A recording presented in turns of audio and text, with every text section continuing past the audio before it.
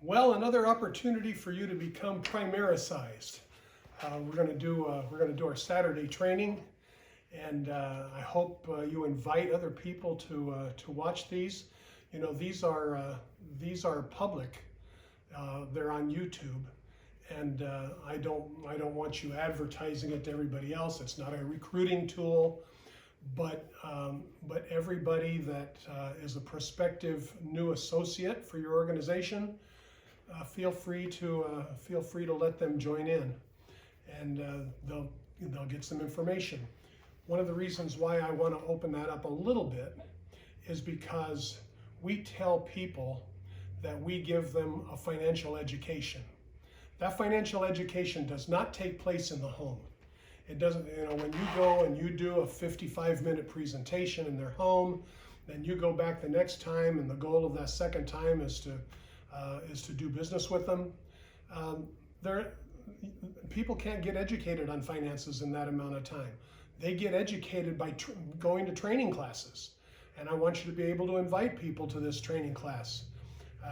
We want to, if you've been listening for the last several weeks, you yourselves have been getting educated on universal life and index universal life and variable annuity, variable insurance, variable universal insurance, difference between term and cash value, IRAs, mutual funds, securities in general. You've gotten a lot of education. There's a lot more education coming. I've got classes planned for the next several months, and so I look forward to you being able to educate yourselves.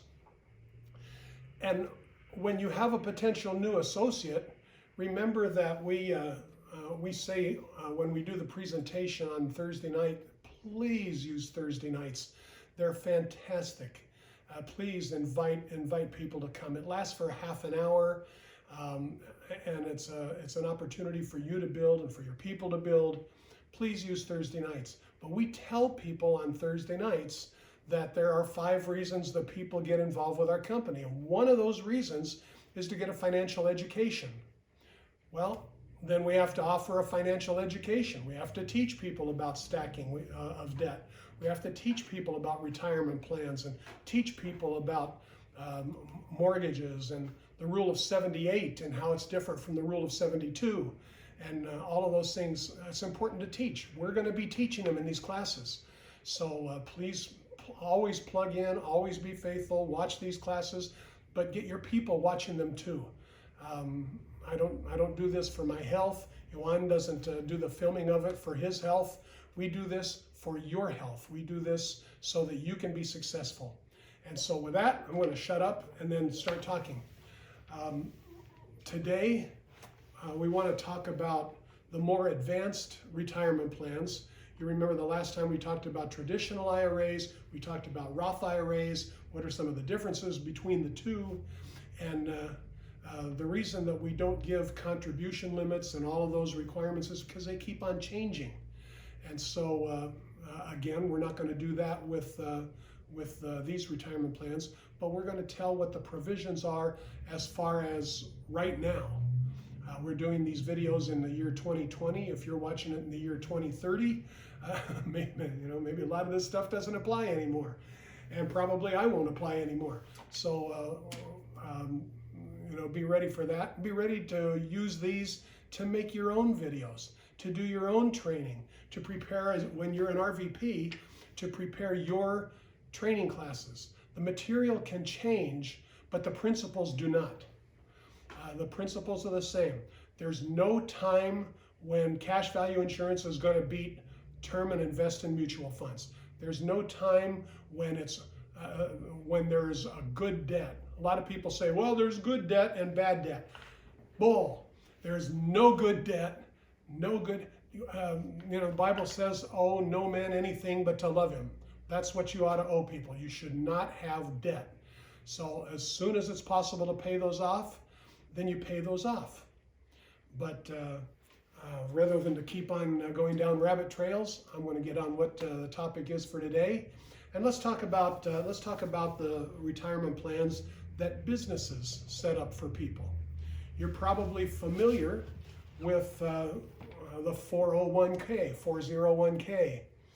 A lot of people say, oh, those numbers, they really confuse me. 403B, 457, that really confuses me. Well, let's unconfuse you.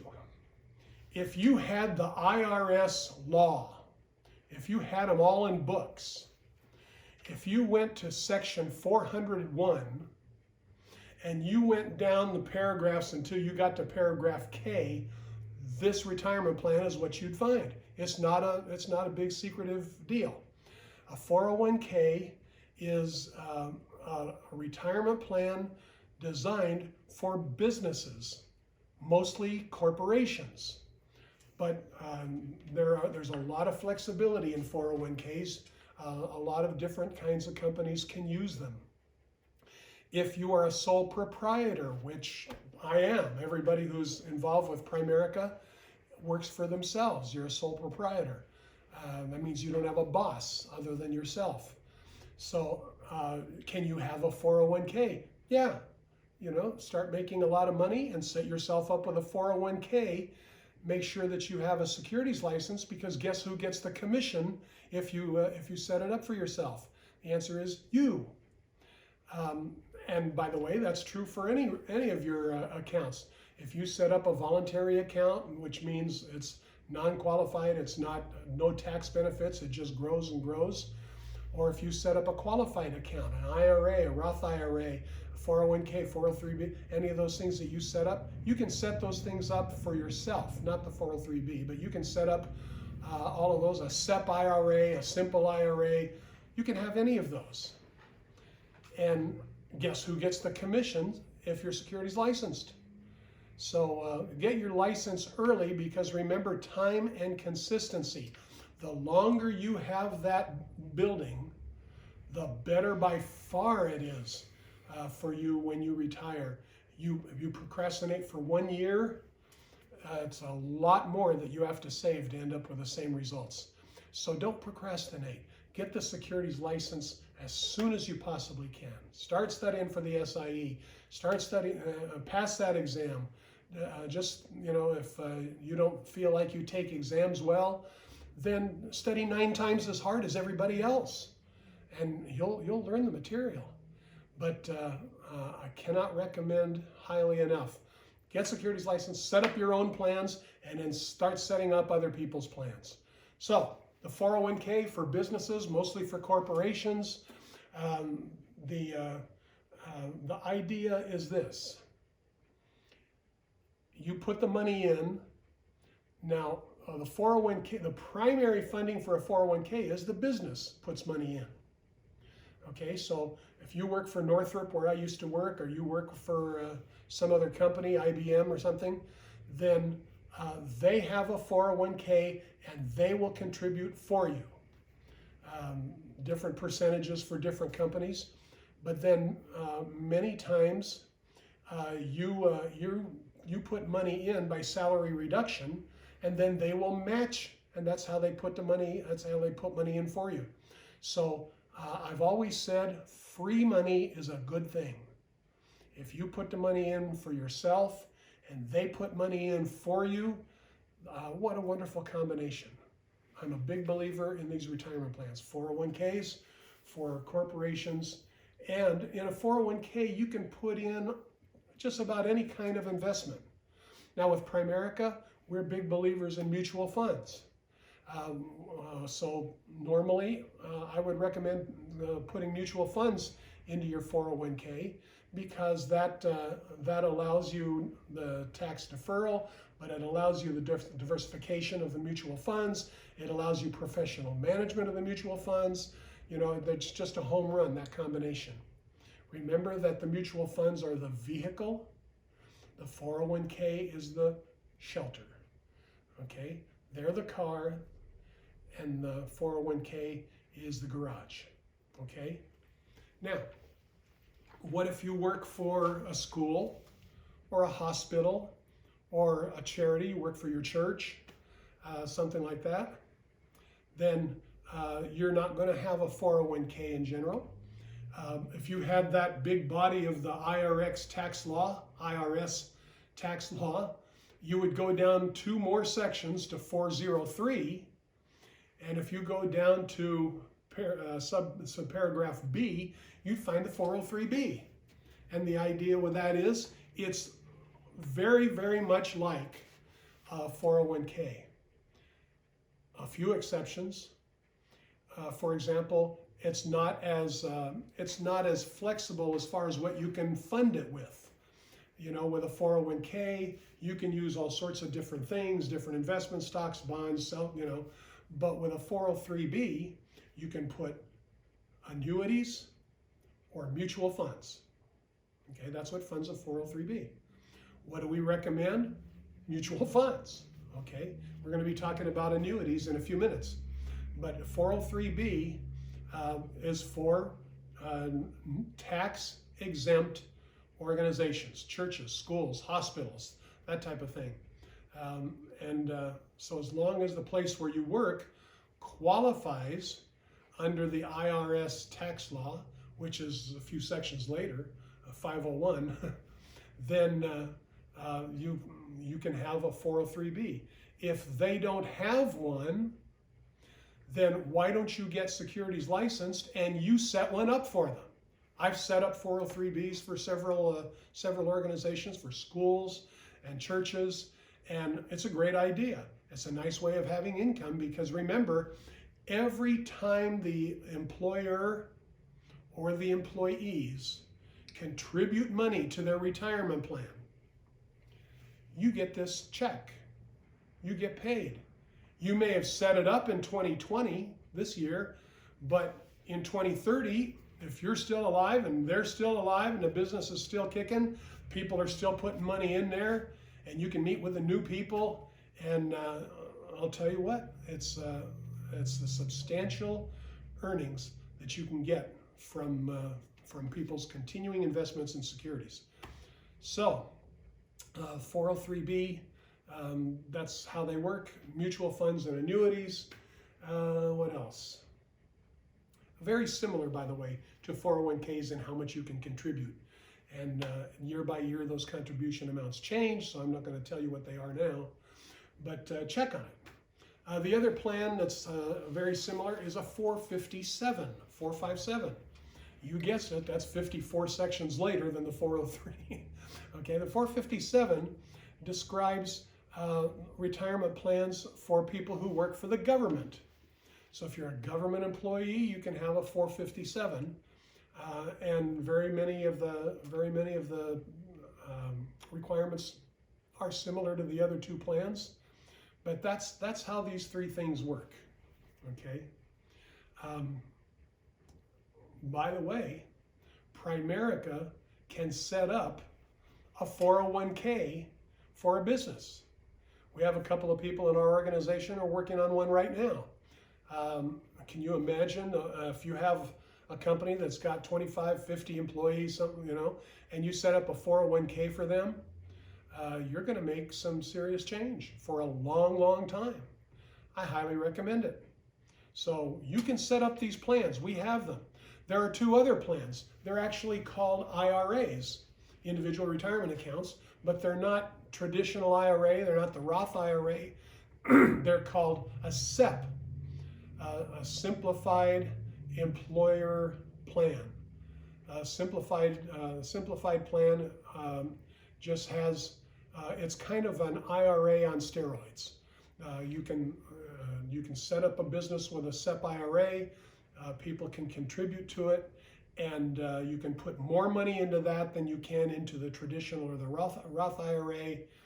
And there's another one that is called a simple IRA, and you can put a little less into that, but a person can put substantial money into that. Can you, as a Primerican, have a SEP IRA? The answer is yes, and I highly recommend that you do. Now, here are the big benefits of these retirement plans. Okay, and I'm speaking specifically about the 401k, the 403b, the 457. The money that you put in, and the money that is put in for you, is before tax dollars. Think about that for a second.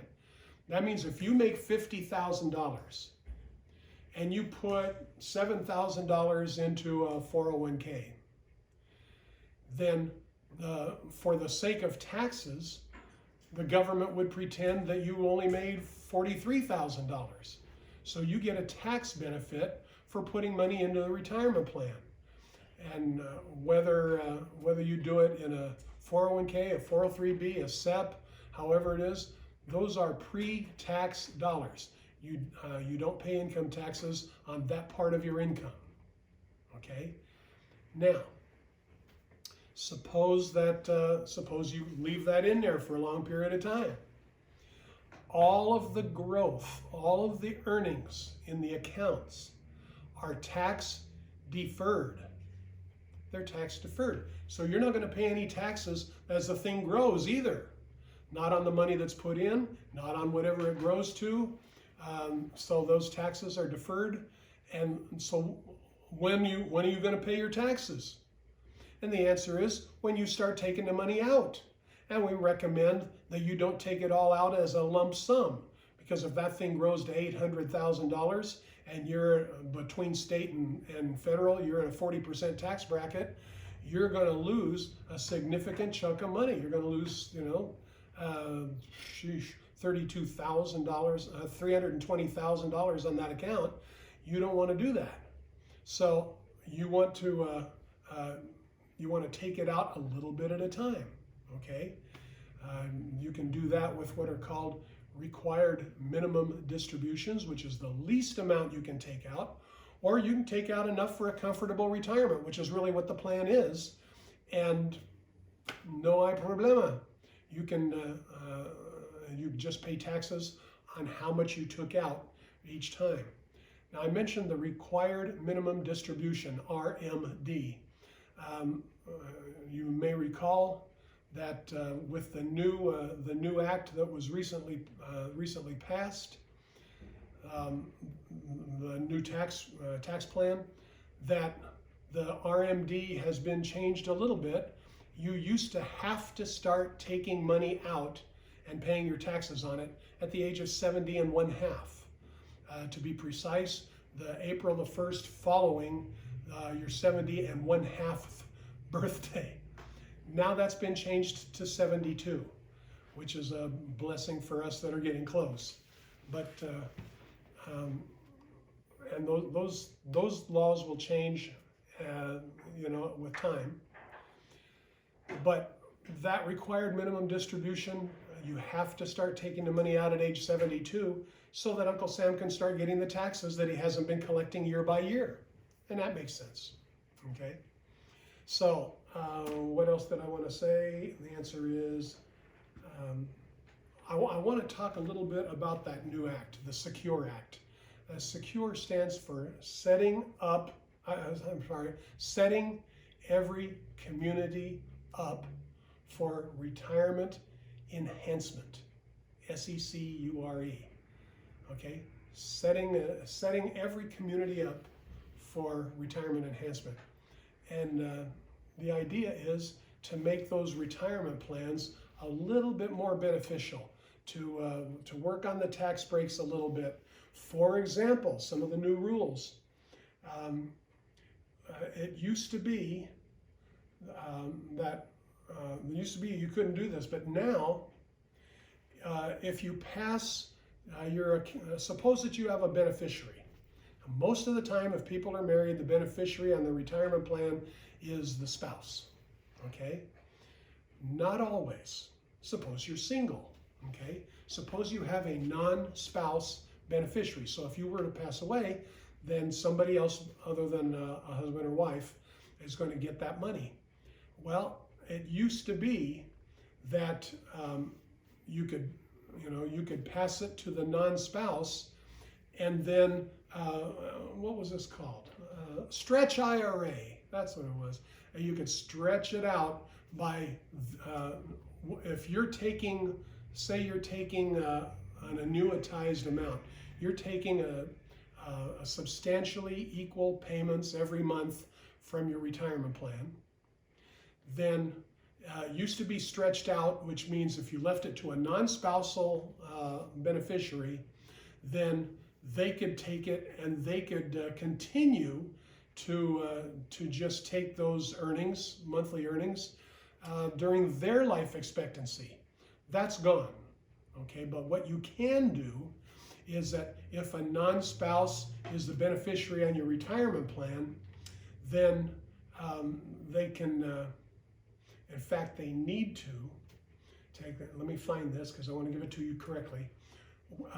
They are required to withdraw the money within 10 years. Okay, so within 10 years, they've got to take the money out. And that ends up being a little bit of a tax benefit for them. But that's one of the new plans. You can also, from your company retirement plan, you may withdraw up to $5,000 for the birth of a child or for the adoption of a child.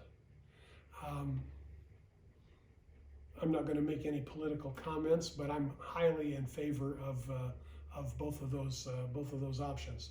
So the Secure Act has helped to make our future a little bit more secure. That's really all I've got regarding the fancier retirement plans.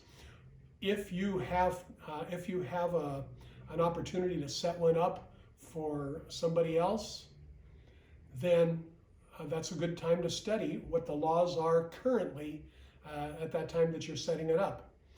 It's a good time to come to your RVP. If that's me, fantastic. If it's Glenn or Doug or Riley, go to them. They're very knowledgeable about these plans, and you can have all the information that you need at that time about these plans. The second thing that I want to talk about today is what are called annuities.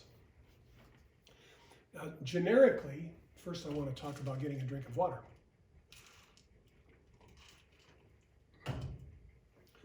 Generically, an annuity is a savings account with a life insurance company.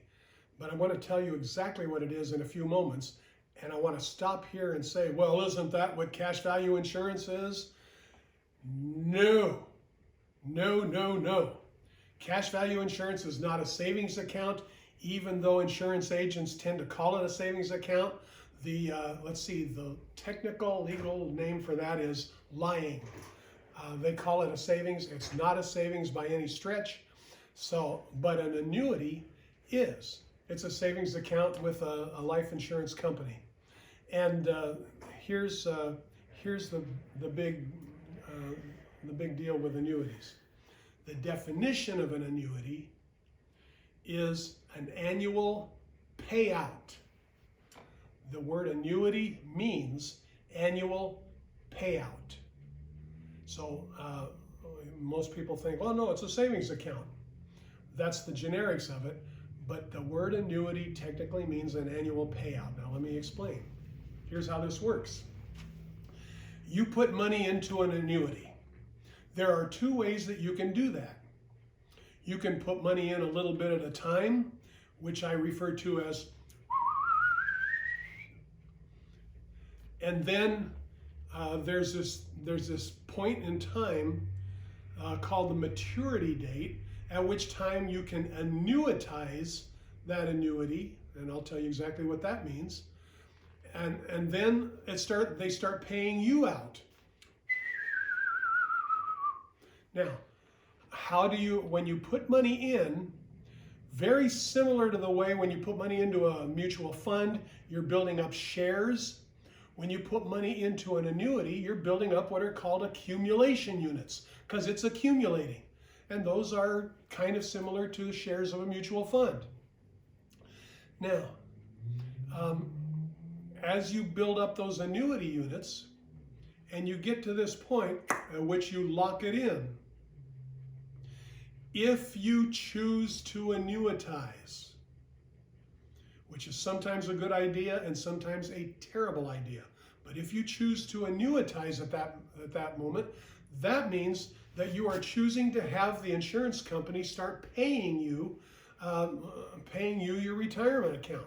Okay, so they start paying you now. So you, at that moment, lose the control of your annuity. You're putting money in, you got total control. You can change where you put it in, change your allocation, change the times, change the amounts, change whatever you want to change. But once you lock that thing in, if you choose to, then the rest of the time, you're not under any control. Here's how this works. You can, the purpose of an annuity, and this is important to keep in mind, the purpose of an annuity is so that you do not outlive your money. That's the purpose, okay? A lot of people get to the age of 65 or 70, 75, and they haven't put enough money away. They've been a little careless maybe, or maybe their job just didn't pay them enough money and they were just barely living check to check. If they didn't put away enough money, or there's not enough money for retirement, then if they live to the age of 80 and 85 and 90, where's the money going to come from to live for those years? Now you're forcing yourself to depend on two things that you do not want to depend on in retirement: government programs and your kids. Okay, you don't want to depend on those in your retirement. So you put away money into the annuity, and that way it guarantees you income for the rest of your life if that's the choice you make. Now let's talk about those choices. So you decide, I'm going to annuitize it. I'm going to give up control of my annuity, and I'm going to let the insurance company pay me. How can they pay you? Well, one way they could pay you is they could give you the whole thing as a lump sum. Tax disaster. Because remember, it's been tax deferred. You haven't paid taxes on any of those earnings. And so to have to pay all those taxes in one clump is just a really dumb idea. Okay? Another way that you can take it out is as a lifetime benefit. It's called the life option. The life option works like this. They'll pay you for the rest of your life. Ta-da! And that was the purpose of an annuity, to guarantee a retirement payout for the rest of your life. Now, what's the disadvantage of that? Suppose that, say at the age of 67, say, okay, start paying me my lifetime annuity. And they start paying you those payments, and it is amortized, meaning the payout schedule, it's amortized over the rest of your life expectancy. So they think, oh, okay, here, let's do the arithmetic. Dave is 67. I'm not 67 anymore, but we're pretending now. Dave is 67, and so he's supposed to live until the age of 89, and so we can pay you $1,700 a month, okay? And that $1,700 a month gets paid out, but suppose that Dave steps off a curb, gets hit by that bus we were talking about a few classes ago, and I get to go home and be with the Lord now. Well, if they paid me for 3 or 4 months, and that was the rest of my life, they're all done. Thank you for letting us keep the rest of the money. And so people said, well, no, wait a minute. I don't like that idea. If the rest of my life isn't very long, I don't want the $180,000 or $500,000. I don't want the money that I put in there and all the money that accumulate. I don't want that to go up in smoke. I want it to go to my family. So people say, no, don't pay me out for the rest of my life. Pay for a period certain, a certain period of time. So pay me for 20 years. Okay, so what are they going to do? They're going to say, okay, let's see, Dave is 67, blah, blah, blah, blah. 20 years, he'll be 87, so we can pay him $1,900 a month. Okay? And so they start paying the $1,900 a month. And then I get to the age of 87, and it turns out that I'm healthy. I went back and looked at all those Jack LaLanne videos, and I was exercising, and I got real healthy. Looks like I'm going to live for 10 years. I'm going to live to age 97. The problem is that my money ended at the age of 87. So now we've got those two options again. You're depending on somebody else for your retirement. So that's not good. Or you can say, all right, let's combine the two. Life with period certain. Okay? So how does that work? I want you to pay me for the rest of my life, however long that is. But if that's not at least 20 years or 10 years or 15 years or whatever length of time you select, if that's not at least this number of years, then I want you to pay my beneficiary the rest of the time. And so what are they going to do? Well, now you see, I'm giving a little bit more risk to the insurance company because they're not just paying for the rest of my life. They have to do that. But they also have to guarantee it for at least 10, 15, 20 years, whatever amount I chose. So they have to do two guarantees now.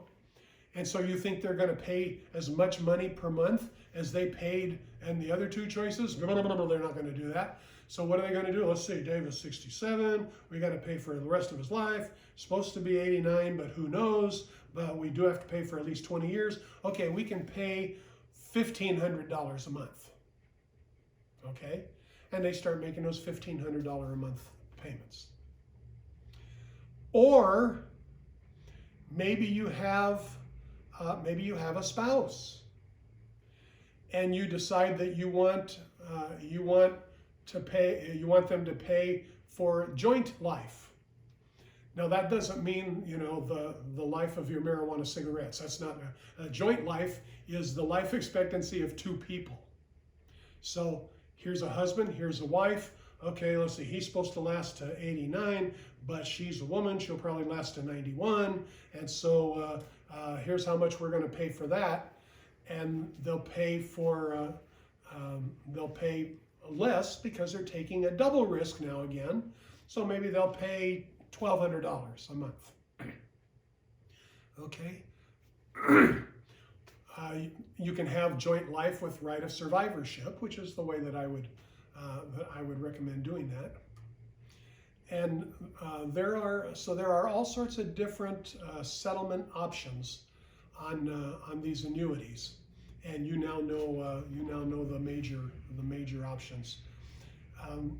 Now, I mentioned the accumulation phase. And then you lock in an annuitization date, and then from then on they start paying you in one of the ways I just mentioned. The interesting thing is that as you're putting the money in, you are accumulating those accumulation units. When you start taking the money out, they revert to what are called annuity units. And the difference is that as you take the money out, you'd say, well, since I was accumulating and building up more units, so when I start taking the money out, I guess I'm going to decrease the number of units. No, that's not the way that works either. You will, from that moment on, when you start taking the money out, the number of annuity units will always be the same, but they'll decrease in value as the account goes down towards zero. Okay, and so accumulation units, the maturity date, the annuitization date, and annuity units decreasing in value. Now let's talk about annuitization. I'm not a big fan of annuitization, so I'm going to talk about why it's a good thing first, and then I'm going to talk about why it's a nasty thing later. Why is it a good thing? Well, remember, the purpose of an annuity is so that you don't outlive your money. So you want to be able to select maybe one of those options. Pay me for the rest of my life. Pay me for at least 15 years. Pay me and my wife. In order to make that guarantee, you would need to annuitize it. Okay? Annuitizing means locking in the payout plan. Okay? But remember that I said that when you annuitize, you lose control. You lose control of your annuity. Now let me ask you this. When is a good time for you to lose control of your investments? Except for that one exception where you can annuitize and guarantee it for the rest of your life. I don't know of any time when that's a good thing. I think we ought to have control of our investments for as long as we can. So if you don't choose to annuitize it, then you start accumulating the money, and it'll continue to accumulate. You don't have to start taking the money out. Now, if you take money out of your annuity because it is tax deferred, Uncle Sam's got that same age 59 and a half rule. Don't take it out before age 59 and a half. Otherwise, you've got taxes and a penalty, just as you do with the IRAs, the 401ks, and the rest of the retirement plans. Okay? Let's talk about how you put the money in. There are two different ways. One way is a periodic payment. And that's the way really that I've been describing. You pay $200 a month, $200 a month, $200 a month. If you want to increase it someday, you pay $300, but you're accumulating those accumulation units a little bit at a time with monthly contributions, maybe right out of your checking account. No problem. Okay? But there's another way that you can fund an annuity. And I refer to this as whoomp. You put all the money in at one time. Now, why would anybody want to do that? Suppose that you have money sitting in a CD at the bank. God forbid, but there are still people that have money sitting, a lot of money sitting at the bank. As your Primerica career develops, you're going to discover a huge number of people who save money at a bank. Years ago, there was a pet store near my house. It was called Lori's Pet Shop, and inside they had dogs and they had cats, of course, but they also had a parrot. The parrot's name was Harold, and Harold would, he would mimic the dogs. You'd talk to this parrot and you go woof woof or meow, mimicking the cats. There was another interesting mimic that he had, and he was mimicking Lori on one of the sentences that he heard her say more often than the others. And it was this: well, I'm going to the bank. So after Lori cleared out the cash register at the end of the week, she took it to the bank. Now, you and I both know that she should not have taken that money to the bank. She should have taken that money to a money market fund. She should have put some of it into a mutual fund, a retirement account, but for heaven's sakes, not the bank. But that's that's going to happen more and more. You're going to discover a lot of people who are taking their money, and many of them say, well, I want a little higher interest rate. No, you think, I want a little higher interest rate from my bank, so I'm going to lock it up for a period of time. And we talked about this last time, CDs. We talked about that actually when we did the hierarchy of risk. So a CD, a certificate of deposit, is where you take a clump of money. It usually has some minimum amount that you have to contribute, $25,000, $100,000, whatever it is. And then there is substantial penalty for early withdrawal. Okay? Now, the substantial penalty doesn't really matter much right now because it's usually like 90 days of interest. And if they're only paying 0.5% or 1% or 1.5% on the CD, 90 days of interest ain't much, even on 100 grand. So that's not much of a penalty. I would recommend that they take that money out of there, and they could put it into an annuity. Why?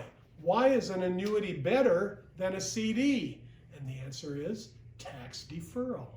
As it grows, it's tax deferred. Similar to an IRA, except you're not putting the money in after tax. You're not going to take it out tax-free like you do with a Roth IRA, but tax deferral is a good thing.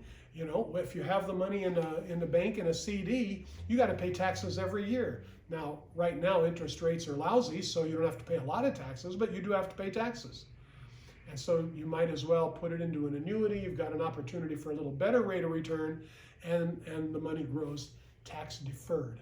So that's one of the primary reasons that a person should have an annuity.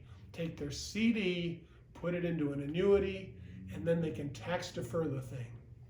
Now, do I recommend an annuity for everybody? Absolutely not. Absolutely not. Remember that magic word that keeps you out of prison? What was the most important word in securities? Suitability. For whom is an annuity a suitable investment? And my answer is fairly simple. For a person, A, who has already maxed out their 401k or 403, they've maxed it out. I can't put any more money into my retirement plan at work. They've maxed out their IRA, either a Roth IRA or traditional IRA. They've maxed that out so that they get all those tax benefits. And then if they still have more income, so we're talking about a person who's got a substantial chunk of income every month. If they still have more income and they still want to shelter some of it from taxes year by year, then put it into an annuity, and that will tax defer it. Remember that you do pay the taxes just as ordinary income when you take the money out, but while it's growing, those taxes are deferred. And we talked about, so that's what I recommend for whoop. Take the money out of your bank account, and if you've already maxed out everything you can max out, then take that money, put it into an annuity, and tax defer your savings. Okay, one of the individuals for whom it's suitable. The other one, by the way, is some annuities. Most annuities have some kind of guarantees. Check on the guarantees and see if they are suitable for your client. See how they feel about this. See how they feel about how would you feel if the stock market turned down for 3 months, or for 3 years? Find out how they feel about those things, because remember, risk tolerance and objective are both important in the suitability of an investor. So the other one, which means putting the money in a little bit at a time, the periodic payment. Normally, when you do that, you want to defer not only the taxes, all annuities are tax deferred. I want you to say that sentence to yourself out loud. All annuities are tax deferred. But then there's something called a deferred annuity. What in the world do I mean by deferred annuity? I thought all annuities were tax deferred. All annuities are tax deferred. A deferred annuity has nothing to do with taxes. Remember what the word annuity means? It means payout. So if it's a deferred annuity, you are deferring the payout. That means I'm only 46 years old. I don't need to get any income from this thing yet. I want it to keep growing. Okay? So you defer the payout. Now, what does deferred mean? It means more than a year. What is it called if you start getting payments within a year? It's called an immediate annuity. Okay? So for this one, you whoop, and then you start taking the money out right away. Now, one of the questions that will be on your securities exam and maybe on your life insurance exam too, I don't know. Haven't taken the exam in a few years, so I don't know if it's on there now. But the idea is there is no such thing as a periodic payment immediate annuity, because you can't start taking payments immediately if you're still funding the account. That makes sense, doesn't it? So you can't keep putting money in on one hand, and then the other hand you're taking the money out. Well, that's weird, So there's no such thing as a periodic payment immediate annuity. So most people, when they have a deferred annuity, you can still put in your CD and then have it build over years and defer the payout until you get to retirement age. That's no problem. But there are deferred annuities, which means you're taking the payout in more than a year, and one of those methods that I told you, or a little bit at a time. For example, you don't remember I said you don't have to annuitize. You don't have to take the life option, the period certain option, the joint life, right? You don't have to take one of those options. You can use what's called systematic withdrawal, and you take a little bit at a time. Fine. And you design what you need. I'm going to need $3,000 a month. Fine. We'll take out $3,000 a month then. And remember that that should be in conjunction with your other retirement plans. So make sure that you find somebody who helps you to plan that retirement. A Primerica person who has the financial needs analysis. One of the best retirement tools I've ever seen. So redo your FNA often. They're always free. And so a big believer in the financial needs analysis. What else about annuities? What else do I have here? Oh, yes. There are two other categories of annuities, okay? And they can be a whoop, where you put all the money in at one time, or you put the money in and you're accumulating those accumulation units over time. You can do it either way, but there's what's called a fixed annuity and what's called a variable annuity. Now, a fixed annuity, most people say, oh, yeah, okay, the interest rate is fixed. No, that's not what it means. Interest rate is not, did I say not fixed in a fixed annuity. Well, what is it that's fixed? Remember what the word annuity means? Payout. It's a fixed payout. So if I put money into a fixed annuity, and by the way, if you are life insurance licensed, whether or not you have a securities license, doesn't matter. You can set up fixed annuities for your clients through our company, okay? You only need a life insurance license in order to do a fixed annuity. Time out.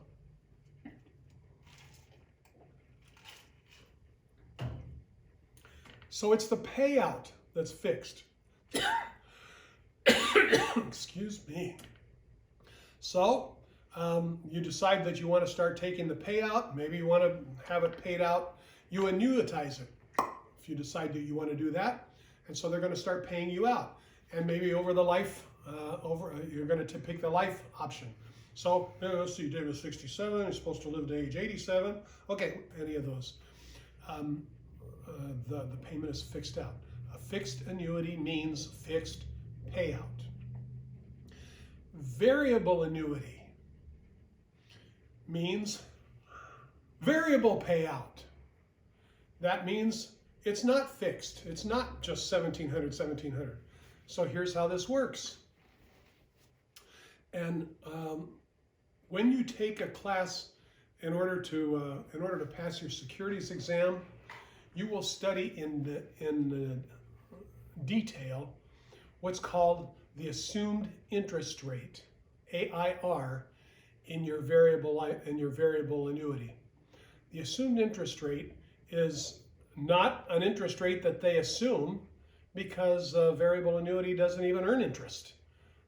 It's very similar to a mutual fund, and it usually has mutual funds sitting inside it. But the way this works is, let's suppose that you decide to annuitize it, so they're going to start paying you out now. Let's say age 67, 89, we'll pay you $1,700 a month. Now, suppose that printed in your contract, printed inside that variable annuity contract, it says the assumed interest rate is 4%. Okay? Some are 4, some are 5, some are actually 6. There are all sorts of different AIRs, assumed interest rates. But it doesn't mean that that contract is supposed to get a 4%. It just means that's a computational tool. So what happens?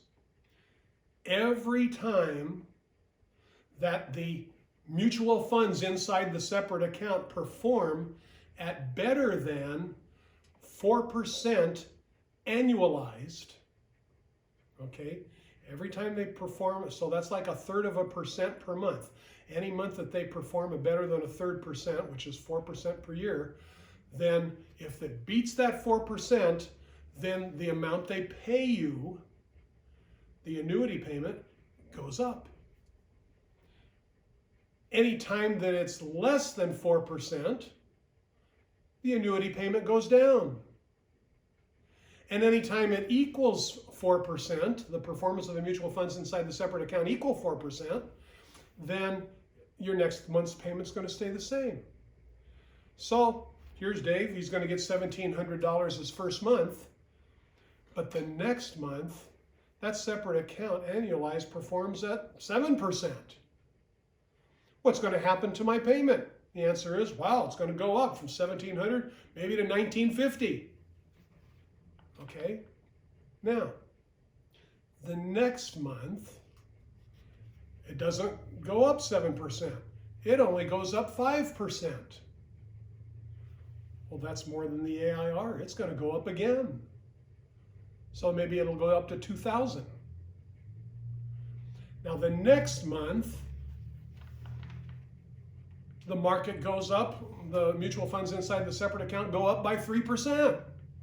You think, well, praise God, the thing went up again. It didn't go up by this much. So your next payment goes down. Even though the performance in the separate account went up, the amount of your payment goes down because it has to reach the AIR in order for it to stay the same. Okay? So that's just a brief.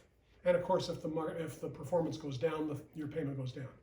So that's you now know more about the assumed interest rate in a variable annuity than some people who sell variable annuities. And we sell variable annuities. Now, why would a person want a variable annuity?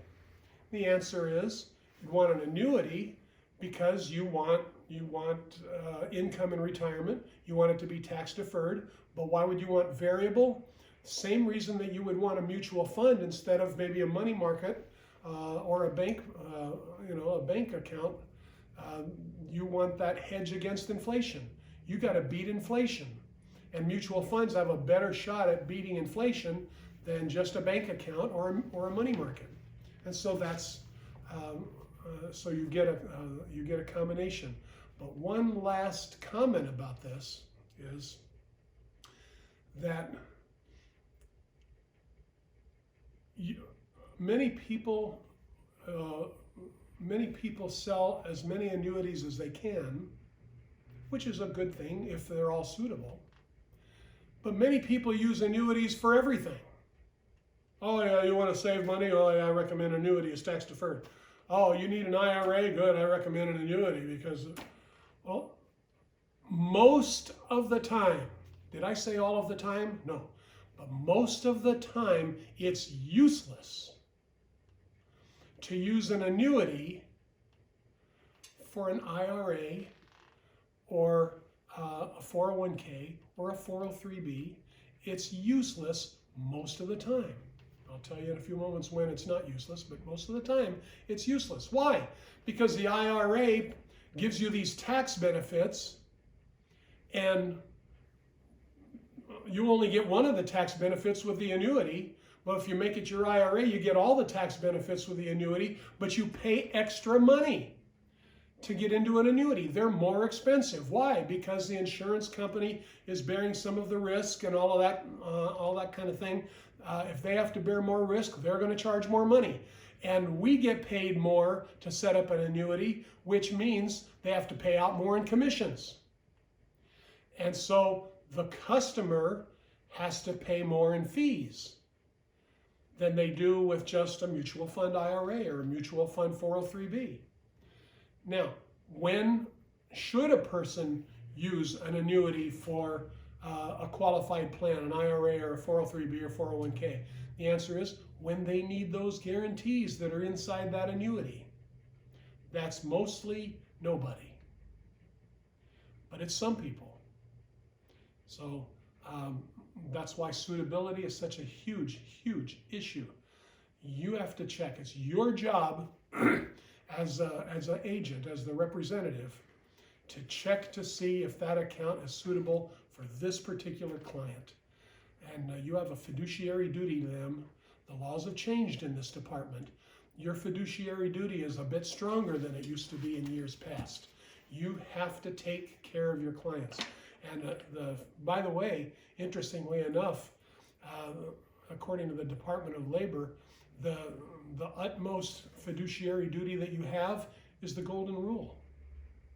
You have to treat people and their finances the same way that you would want to be treated for yours, and it's the law. Now, total shift in gears, and I'm going to walk over to the table here. All right, Yuan, would you mind? Would you grab me the little booklet that's right under my phone? See how informal we are here. Thank you. Here's the scenario. You've just brought a brand new person on board. You invited somebody to listen on a Thursday night. They liked what they heard during those 30 minutes, and you give them a call at the end of that 30 minutes, and you know the question to ask, because I told you the other day. Does this sound Does this sound like something you could sink your teeth into? And they say, yeah, I can sink my teeth into that. Great. Let's ask you some questions. Make sure you qualify for the plan. You do the IBA on the spot. And the very next thing you do, after you've done the IBA, after you've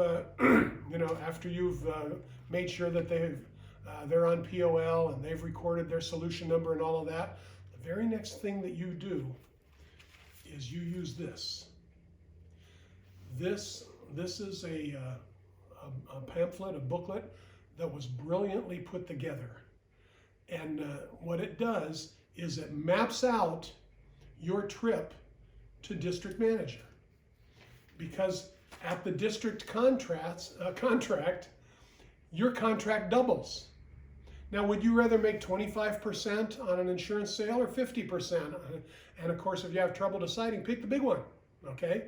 So this helps you to get to the place where you can pick the big one. It's very precise. It tells you exactly what to do. And you, the trainer, it's your job to take your new associate through this. Now, what's in here? Well, table of contents. I already talked about doubling your income and how to become a district. What are the requirements for becoming a district manager? And what are the steps? It talks about going to PFS University to get your 32 hours done so that you can qualify to take the life insurance exam. It talks about when you do all of these things. It talks about how you start setting up appointments. It has phone scripts in there to set up appointments. One of the most important things that's in here is your 90-day commitment, which actually we've boiled down to a 60-day commitment. You can, if you commit a couple of months to being faithful every Thursday night, every Saturday training, and out in the field some number of times during the week according to your schedule, okay? Because we will suit the schedule for you, but we want you to have this done your way, to have it done in a way that you can schedule.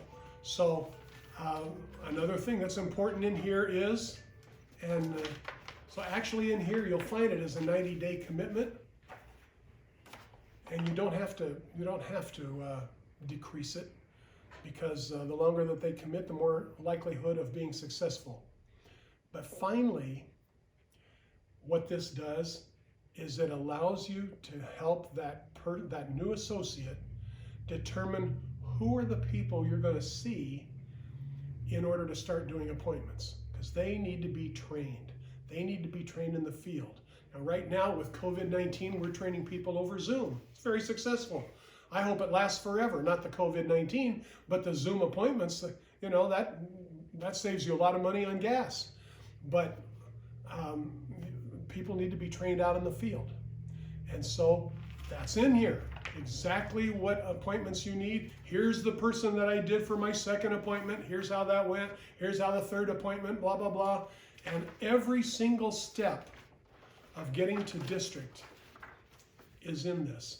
I don't want anybody in my region doing an IBA without immediately jumping in to Mr. Hartman's district manager training module.